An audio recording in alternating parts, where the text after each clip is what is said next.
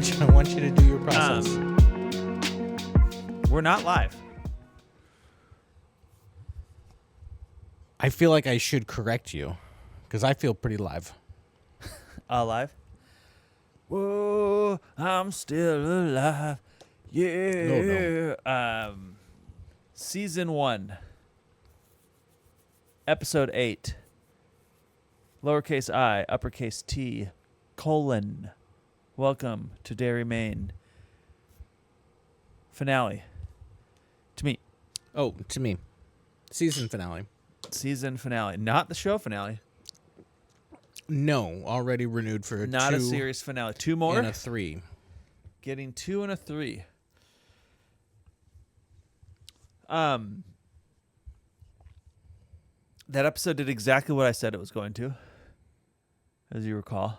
What did you say? A victory for our kids. Uh-huh. Somehow holding Pennywise back. We did get a little bit of more of a body count, but not a lot of kids. Mostly adults getting body counted. Yeah, we had some adults that died. We had some dead kids that came back and then left again, but you're not counting that. No. Okay. I assume you're talking about our boy, Ricky Ricardo. Yeah.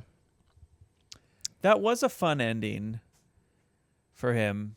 It did not feel like the first step. What do you mean? There are times when the kid's story feels serious and terrifying. Like, think back to episode 2 or 3 when our daughter, Veronica, Ronnie, has her nightmare and how adult that was and how terrifying that was.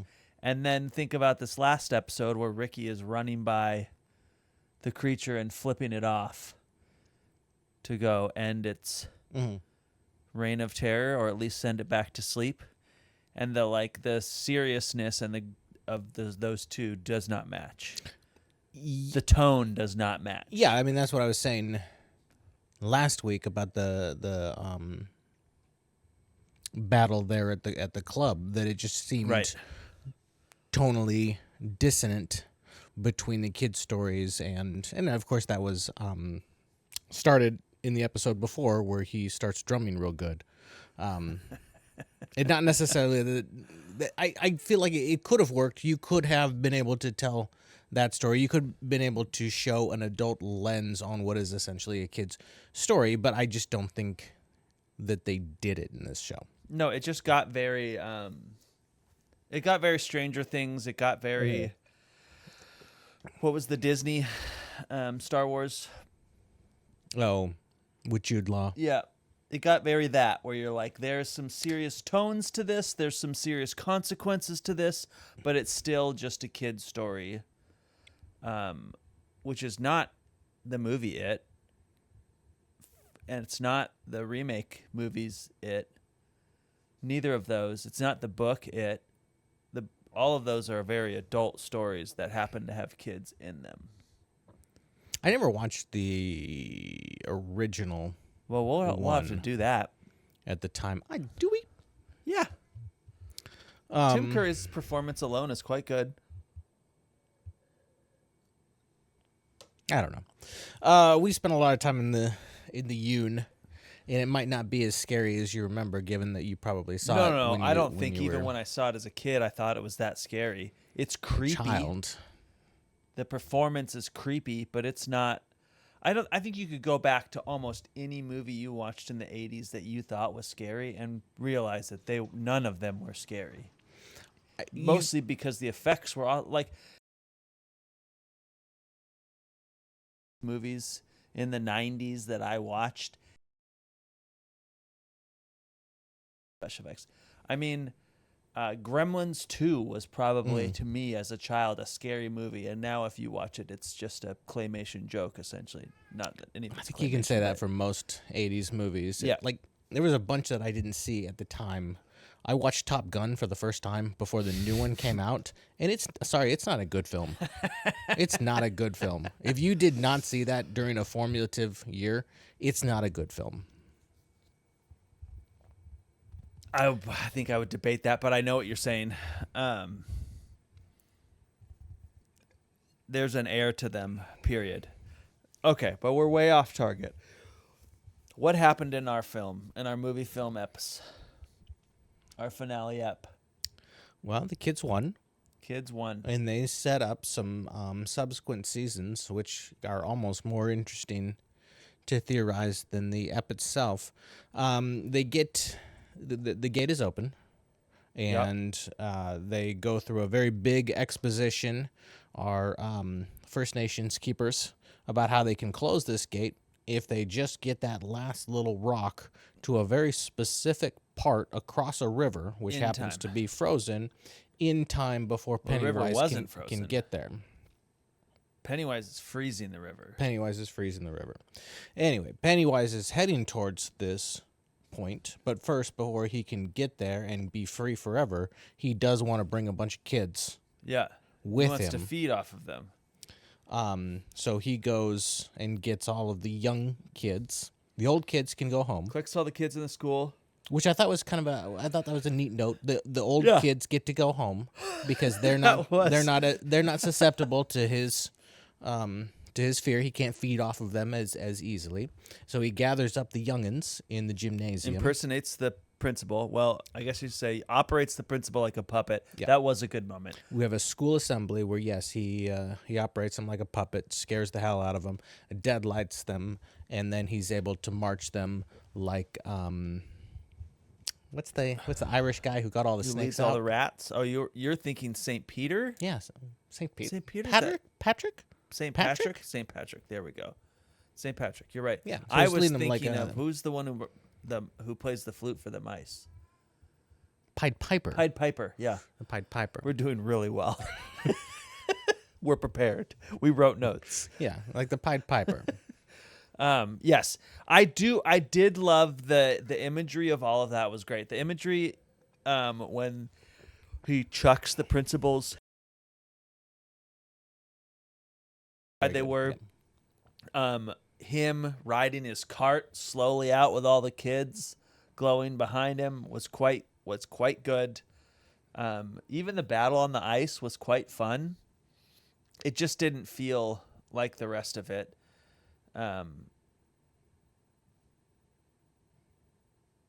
It just feels like it's missing pieces.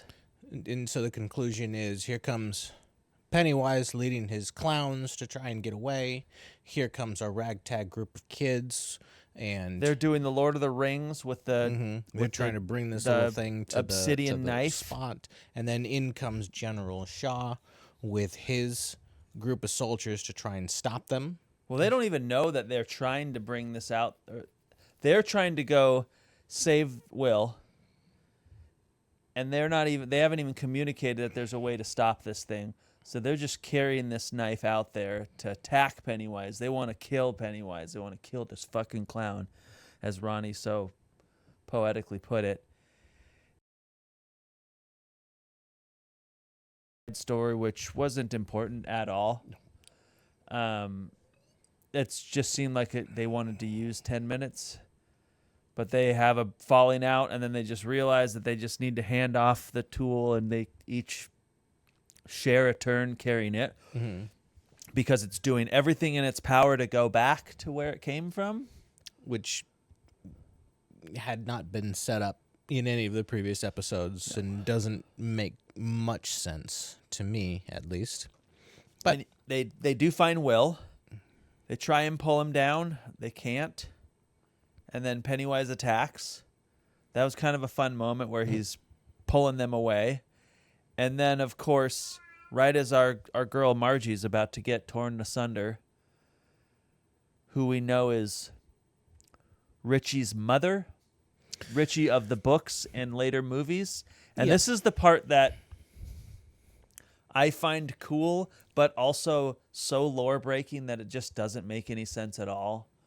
Where it knows that Richie kills him. It knows that she is eventually going to die to this thing, and time is not a thing for it. And I like this kind of, but it just seems like a kind of way to like hand wave that they've just been not paying any attention to any lore at all up to this moment. Doesn't it seem like an interesting idea that should have been thrown out? Yeah.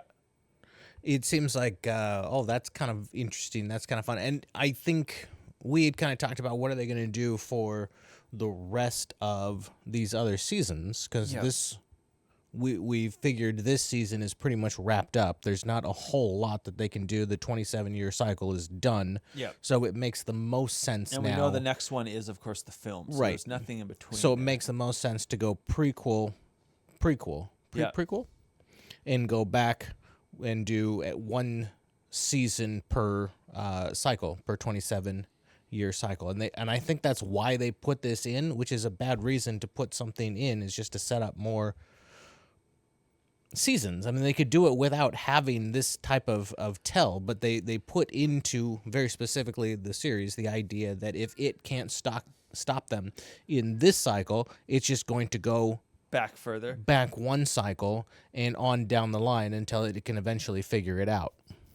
And that was also felt kind of handholdy to us, because they're like, hey, I'm going to disposition this whole thing about time in this very side moment with Margaret, which we talked about how Margaret really didn't matter the story before, and now all of a sudden she's the most important character, and Richie, young Richie, soon to be named for future Richie, is like also this most important super character, which Richie is an important character, but the like lore circle was just unnecessary. And then they rehash it again when our new Losers Club is hanging out up in the water tower, putting stuff away and saying, it told me that it doesn't see time, and that like it's going to just go, that means it can go back. And so they're just explaining to us that we're going to watch another season that is the past, which is what I had anticipated anyways that they would do if they're going to do more of this. They'll just go to different events. And then we can see that in the opening music. In the intro to the show, they show events that did not occur in this season or in the movies. So we kind of got that hint already. You're right, we didn't need the big giant exposition dump, but the idea that it is above time, that can see everything all at once. Yeah. Canonically, the first time we've seen this in any of the... Correct? As far as I know, it's kind of difficult to say because there are very godlike creatures, but nothing about them, nothing about the turtle or it makes me, from what I've read, makes me to believe that they can see the future or see the past, if that makes sense, or can control one or the other. Like they obviously are they are a godlike creatures for sure. But like the turtle dies, literally just vomits and kills itself. I don't know if there's more explanation to that in another book that I haven't got around to. Probably is, I assume. But the turtle's not like, you're going to win this battle against it. It doesn't lend it any help, really. So like it doesn't make me believe that either one of these characters, or even the character that is the Dark Tower, has some sort of unfathomable know-all of what happens in the past and can see the past and see the future at the same time, as if they're all this thing. And that's before we get into the debate about if you can go back in time, can you change anything in the past, considering it's already happened? Has it reckoned with that? Of course not. But that's like the other thing that's so dumb about it is like, if we're doing Terminator 2, which is what this is, right? Yeah. Why? Like, why is it not enough to just go back and show the stories that we know could be awesome and explore those stories? And are we going to do another Losers Club? Is it going to lose another battle? Like, to me, it's like, again, what makes the movie and the book so important is that this idea that this one group of kids somehow found a way to, like, end this cycle permanently. Not, like, trap it again, right? Like, because what is the previous past story? And now they're going to turn it into, they're going to try and link all of them to this thing where like it just keeps going back to like, but keeps losing battles to this small group of kids. It just kind of, I don't know. It just doesn't make a lot of sense to me. I'm here to watch it and find out, though. We got the end of our general storyline. Mm-hmm. General Shaw does get to go face-to-face with Pennywise. You're free. I'm letting you go. And then Pennywise says one word. And all of a sudden, General Shaw's like, oh, I didn't expect this at all. Shades of Ingrid Welsh. Is it Ingrid Welsh from Ingrid Kirsch? Kirsch from last week, who again gets one response from it, and it's like, now wait a minute. Yeah. And I found that to be a pretty poor. Well, he resolution turns around and remembers it. Right, line. it starts to go. It starts to walk off. Like it looks at the general like, okay, what the heck?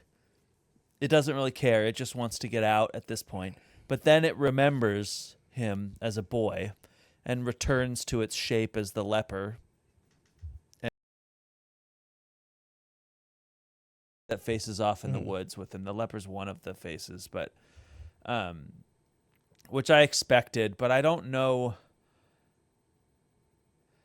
That felt kind of weird to me. I think it would have made more sense if he had just immediately killed the general and the general had done the like, oh, I can't control this thing. Like, I don't know why the general walked up to him in the first place. It makes no sense.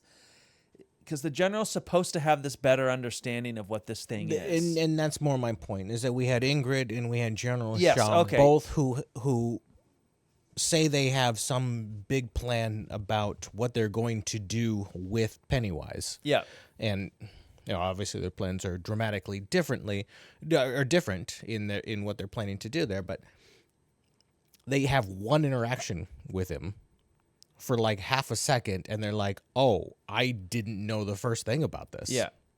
Which I just thought was a pretty poor The Ingrid summation one kind of makes sense, except for that she has a turn. But that would be fine if it was like an episode. But we're talking, this is, in General Shaw's case, one of the entire story plots of all 8 eps. And in Ingrid's case, it was, half the season. Yeah. Storyline arc, and for those to come apart when you lay the groundwork for That's fair. 8 episodes for General Shaw, and then for it to essentially ask one follow-up question and the whole thing comes crashing down, I just thought was a little bit anticlimactic. I just don't think it may, if he was supposed to understand what this absolute evil thing is, why in the world would he think it was safe to approach it?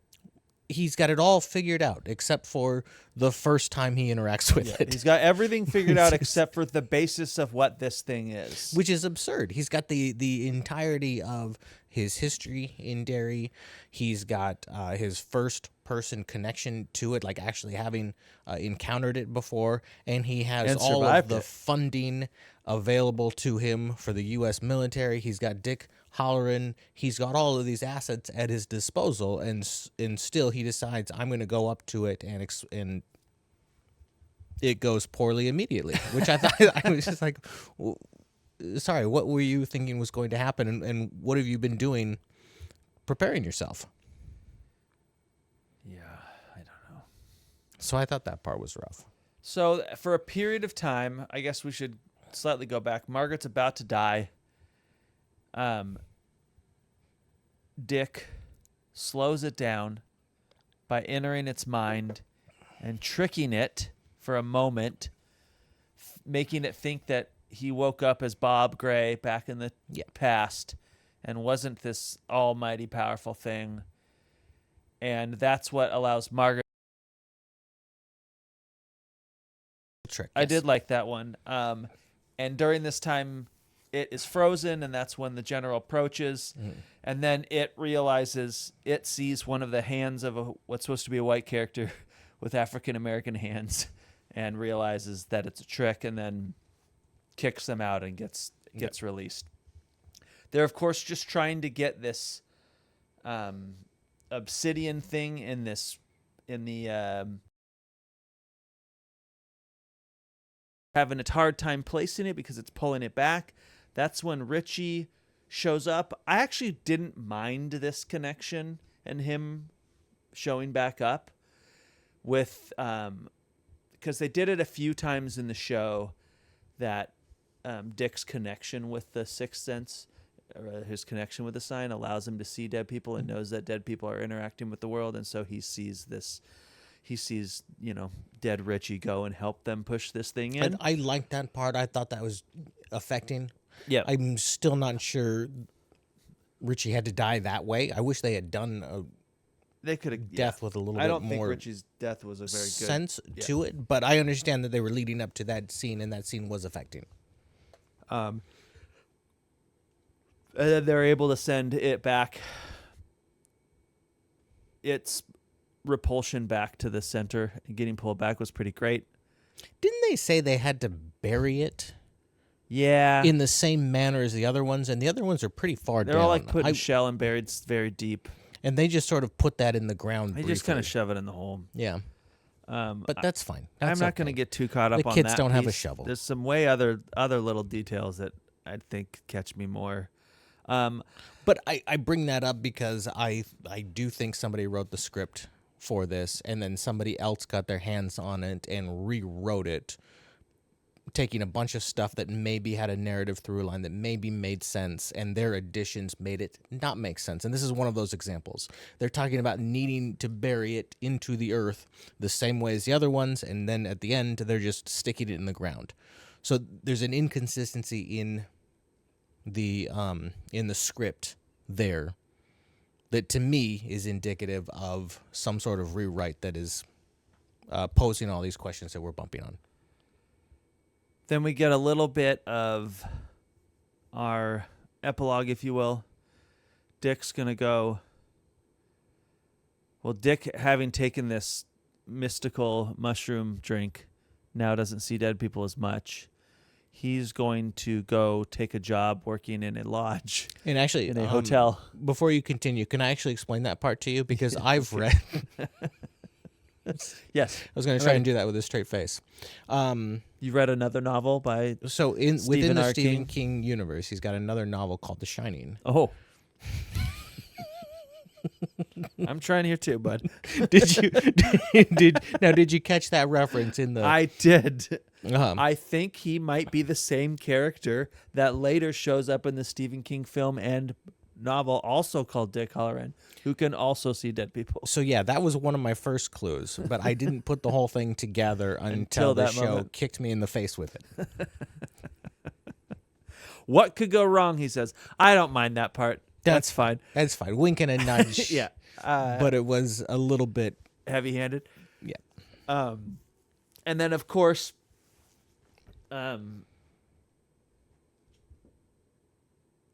what's Mike's family's? Oh, yeah. We got to talk about our major, captain? Senator? Major. Our major, who is now part of the crew keeping so here's the clown inside the barrier. So the Native American crew just quits? Is that what happens? Or because she's like, I'm selling the farm, I'm out. I read that as she quits, but and needs somebody else. Needs someone to take over the farm. Yeah, I didn't read it as all the entire tribe quits. It was quite the 180 from his wife. Yeah. So they're like, no way, we're out of here. Like, we're taking our son, we are gone. They get in the car, and his wife is like, no, we can help. And so they stay, and then Will is like, I know that they say you forget when you leave this place, but maybe I'll be able to help you remember by sending you letters about this regularly. And that's kind of the end of it.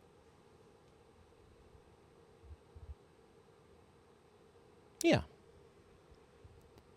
Are you excited for season 2? I am. Do we see... So we both think that we're going back to a different cycle. Yeah. Most likely the one right before this one. That's my assumption. But they could go to any of them. They could. They could zip zap around. Do you think we see the characters that we were introduced to in this season again? Do you think they ever flash? Sure. I think the flash forwards, I guess, to these guys. Yes, I mean that's the tough part is that they're gonna have to connect all of it, and I think that's way easier when you just connect it with family members. But instead, they're gonna have to make like direct connections. Like as soon as they brought up future Richie, and they're like, "This is this person's this person's this person," and I already know that they exist in the future. That's gonna have to happen again.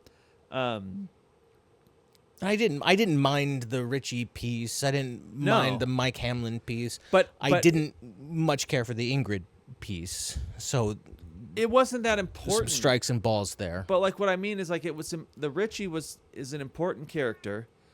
You making the connection that Marge is Richie's mom, the future Richie, is great, but bringing it into this world that he already knows he's gonna die, and Richie's the thing that kills him. That part I did not care for. But that's my point. Is that's what makes you have to have these characters like flow across all of it. Yeah.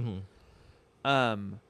Now obviously we might get more of General as a child, and Rose as a child, because that's probably the previous cycle, would be my guess. Or maybe that was 2 cycles ago. But you don't necessarily have to have to go after the parent and then the grandpa and then the this or that. Yeah. It can get out in a different way, right? It can break free from its little cage and start a new timeline, couldn't it? Yeah.